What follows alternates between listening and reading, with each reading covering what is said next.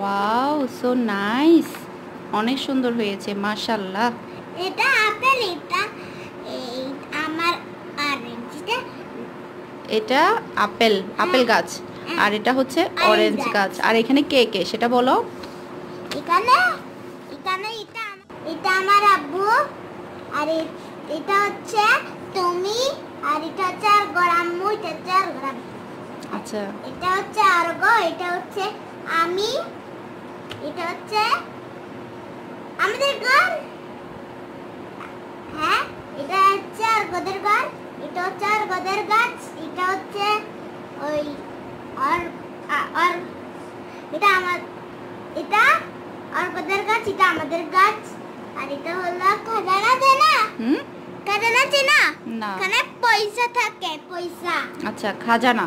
হ্যাঁ, হিন্দিতে বলে, হিন্দিতে খাজানা বলে। হ্যাঁ, হলো ওই বাংলাতে পয়সা বলে, বক্সের পয়সা।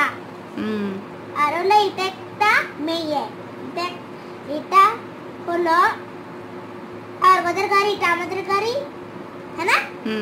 ওকে, তো বৃষ্টি তো সবাই তো আছে, কিন্তু তোমার অর্পণ ভাইয়া কই? হ্যাঁ, অর্পণ ভাইয়া কই গেল?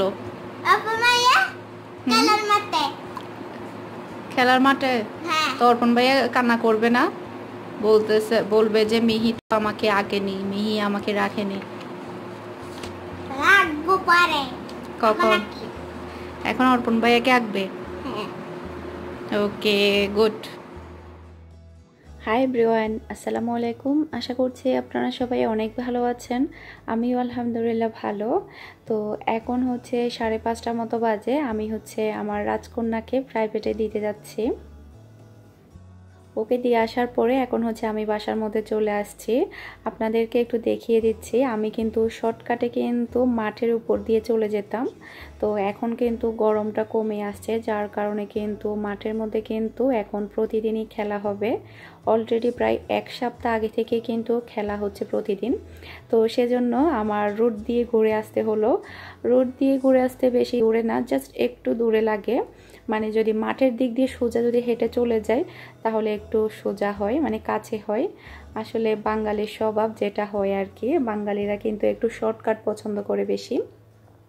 তো আজকের ভিডিওর মধ্যে আমি আপনাদের সাথে একটা হোটেল স্টাইলে আপনারা কিভাবে পরোটা তৈরি করে ফ্রোজেন করবেন সেটা দেখাবো। সামনে যেহেতু কুরবানি ঈদ আসছে, তো কুরবানি ঈদের মধ্যে কিন্তু আমরা পরোটা কিংবা রুটি কিংবা চালের রুটি এগুলো কিন্তু খেয়ে থাকি। আর আমার চ্যানেলে কিন্তু অলরেডি নর্মাল পরোটা, তারপরে ফ্রোজেন রুটি কিংবা হচ্ছে চালের রুটি ফ্রোজেন, এগুলো সবগুলোই কিন্তু দেওয়া আছে। শুধুমাত্র হোটেল স্টাইলে যেভাবে তৈরি করা হয় সেটা দেওয়া নেই। তো আজকে আমি আপনাদেরকে সেটা করে দেখাবো। এখন আমি আপনাদের সাথে হোটেল স্টাইলে ফ্রোজেন পরোটার রেসিপিটা শেয়ার করছি। তো প্রথমে হচ্ছে আমি পানি গরম করে নিচ্ছি, কুসুম গরম পানি। একেবারে কিন্তু পানিটা গরম করা যাবে না। পানিটা কুসুম গরম হয়ে গিয়েছে, এখন হচ্ছে আমি নামিয়ে নিলাম। তো ডোটা ধরার জন্য এখানে হচ্ছে আমি ময়দা নিয়ে নিচ্ছি 3 কাপ পরিমাণ। আর আমি 3 কাপ পরিমাণ ময়দার মধ্যে দিব 2 চা চামচের মতো চিনি। আর পরোটার মধ্যে কিন্তু একটু চিনি দিলে খেতে ভালোই লাগে। তো তারপরে দিব স্বাদ মতো লবণ, যতটুকু লবণ প্রয়োজন টেস্ট অনুযায়ী ততটুকু লবণ দিয়ে দিলাম।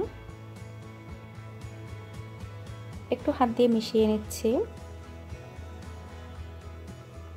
যে পানিটা হচ্ছে আমরা কুসুম গরম করেছিলাম ওখান থেকে হচ্ছে আমি অল্প অল্প পানি দিয়ে একটা নরম আটালো ডো তৈরি করে নেব। আমি আপনাদেরকে আবারও বলছি, নরম আটালো ডোটা কিন্তু শক্ত হওয়া যাবে না। অনেক আপুরা কিন্তু প্রশ্ন করে যে যখন পরোটা তৈরি করা হয় তখন কিন্তু পরোটাটা যখন ঠান্ডা হয়ে যায় তখন শক্ত হয়ে যায়, মানে হোটেলগুলোর মতো হয় না, নরম থাকে না। তো এর কারণ হচ্ছে ডোটা যদি বরাবর থাকে তাহলে পরোটা কিংবা রুটিও কিন্তু যখন আপনারা তৈরি করবেন ঠান্ডা হবে তখন কিন্তু অনেক বেশি সফট থাকবে। তো আমি একদম আঠালো তারপরে হচ্ছে নরম করে একটা ডো তৈরি করে নিচ্ছি। এই যে এটা আমার তৈরি করা হয়ে গিয়েছে। আপনারা হয়তো বা দেখে বুঝতে পারছেন এটা কতটা নরম এবং আঠালো হয়েছে। হাতের সাথে কিন্তু একদম লেগে লেগে আসছে, এইরকম নরম হতে হবে, একদম নরম। এখন হচ্ছে আমি এটাকে 10 মিনিটের মতো ঢাকনা দিয়ে ঢেকে রাখবো। 10 মিনিট পর ঢাকনাটা উঠিয়ে নিলাম। এখন হচ্ছে আমি এটাকে প্রায় 10 মিনিটের মতো ভালোভাবে মথে নেব। তো সামান্য পরিমাণ ময়দা দিয়ে দিচ্ছি যাতে করে হাতের সাথে লেগে না আসে। টোটাল 10 মিনিটের মতো এটাকে মথে নিতে হবে ভালোভাবে। ডোটা যত বেশি নরম তুলতুলে হবে পরোটাগুলো তত বেশি নরম থাকবে। ডোর উপরে কিন্তু ডিপেন্ড করে পরোটাটা আপনার কেমন হবে, নরম হবে কিংবা শক্ত হবে। আমি এখানে অল্প অল্প করে 2 বার ময়দা অ্যাড করেছি। এটা আমার মথা শেষ। এখন হচ্ছে আমি ডোটার উপরে তেল মাখিয়ে দিব। আপনারা হয়তো লক্ষ্য করেছেন আমি কিন্তু তেল এখনো দেইনি, জাস্ট আমি এই মাত্রই তেল দিলাম। ভালোভাবে তেলটা মাখিয়ে তারপরে আমি আবারও 10 মিনিটের মতো ঢাকনা দিয়ে ঢেকে রাখবো। আরও 10 মিনিট পর এখন হচ্ছে আমি এটাকে আরও 1 থেকে 2 মিনিটের মতো মথে নেব। এটা কিন্তু অনেক বেশি নরম তুলতুলে হয়ে গিয়েছে ডোটা।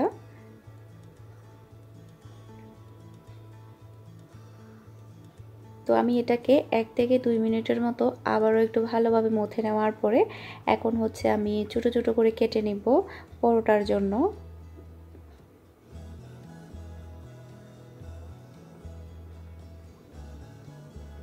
তো সবগুলো হচ্ছে আমি ভাগ করে নিয়েছি।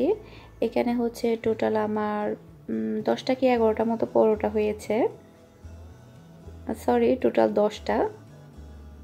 তো বাকিগুলো হচ্ছে আমি প্লেটের মধ্যে রেখে দিচ্ছি। তো এখন হচ্ছে আমি একদম পাতলা করে বড় করে একটা রুটি বেলে নিচ্ছি। ছিঁড়ে গেলে কোনো সমস্যা নেই, কিন্তু একদম পাতলা করেই কিন্তু বেলতে হবে। আপনারা এটা দেখলেই বুঝতে পারবেন আমি কতটা পাতলা করে রুটিটা বেলছি। আর আমি পরোটাগুলো গোলই তৈরি করব। আপনারা চাইলে চার কোণও কিন্তু তৈরি করতে পারেন, কোনো সমস্যা নেই। তো একদম পাতলা করে রুটিগুলো বেলার পরে এখন হচ্ছে আমি গোল করে নিচ্ছি। আপনারা হয়তো বা দেখে এটা বুঝতে পারছেন আমি কিভাবে করছি। এখন হচ্ছে আমি পুরো রাউন্ড করে দিচ্ছি। এই যে এটা আমার হয়ে গেল।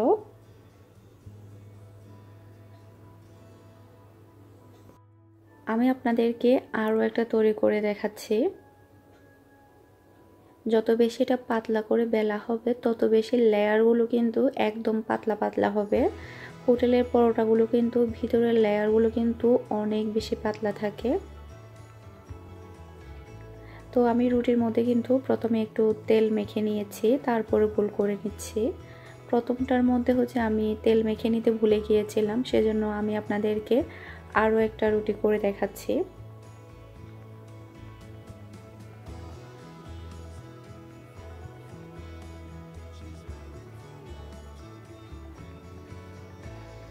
এখন হচ্ছে প্লেটের মধ্যে রেখে একটা ভেজা তাওয়াল দিয়ে ঢেকে রাখবো যাতে করে উপরের অংশটা ড্রাই না হয়ে যায়। ভেজা তাওয়াল দিয়ে কিন্তু এটা ঢেকে রাখতে হবে। চাইলে আপনারা বক্সের মধ্যেও কিন্তু ঢুকিয়ে রাখতে পারেন। সবগুলো হচ্ছে আমি গোল গোল করে নিয়েছি। এখন হচ্ছে একটা নিয়ে আমি আপনাদেরকে পরোটা তৈরি করে দেখাবো। আর পরোটাগুলো যে একেবারে গোল গোল হতে হবে এমন কোনো কথা নেই। যেহেতু আমরা প্রফেশনাল না, মাঝে মধ্যে তৈরি করি। হোটেলগুলোতে কিন্তু সব সময় তৈরি করার কারণে কিন্তু ওদের পরোটাগুলো কিন্তু অনেক বেশি গোল থাকে। আমরা যেহেতু মাঝে মধ্যে তৈরি করি আমাদেরগুলো কিন্তু একেবারে গোল নাও হতে পারে, কিন্তু কোনো সমস্যা নেই। তো আমি একটু পাতলা করে পরোটাটা বেলে নিচ্ছি। এরপরে হচ্ছে আমি এখানে 4 কোণা করে পলিব্যাগ কেটে নিয়েছি। তো নিচে একটা পলিব্যাগ দিয়ে এখন হচ্ছে আমি এর উপরে পরোটাটা রেখে দিব। এখন আমি পরোটার উপরে আরও একটা পলিব্যাগ দিব। তো আমি সেম পদ্ধতিতে সবগুলো পরোটা এভাবে তৈরি করে রাখবো। আর আমার পরোটাটা কিন্তু একেবারে গোল হয়নি।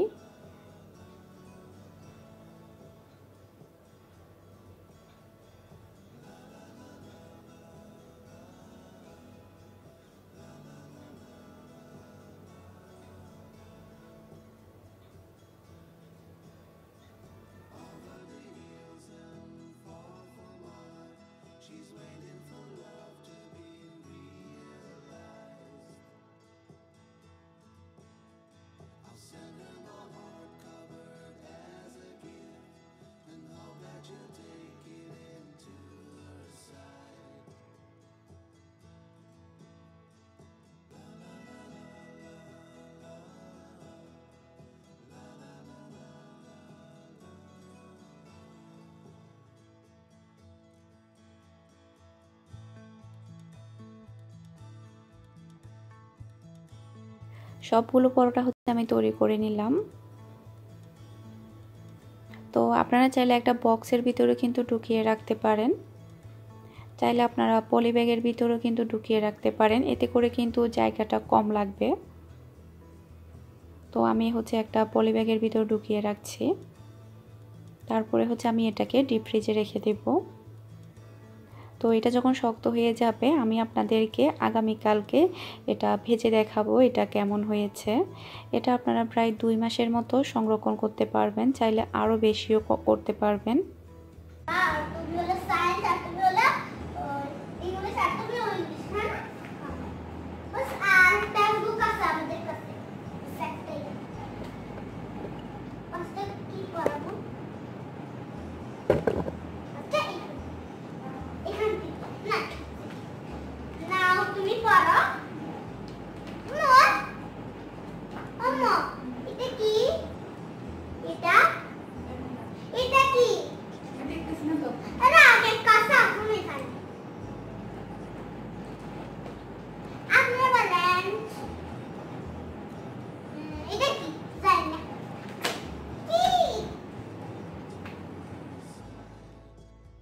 এটা হচ্ছে পরের দিন পরোটাগুলোকে হচ্ছে আমি ডিপ ফ্রিজ থেকে বের করে নিয়ে এসেছি।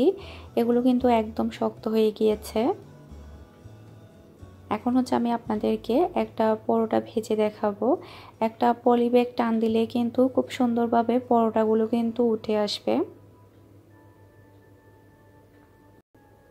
যেহেতু সামনে কোরবানি ঈদ, এই কোরবানি ঈদে কিন্তু আপনারা চাইলে এভাবে হোটেল স্টাইলে পরোটাগুলো তৈরি করে ফ্রোজেন করতে পারবেন। তখন কিন্তু যখন খেতে ইচ্ছে করবে তখন, কিংবা কোনো মেহমান আসলো তখন কিন্তু আর প্রবলেম হবে না।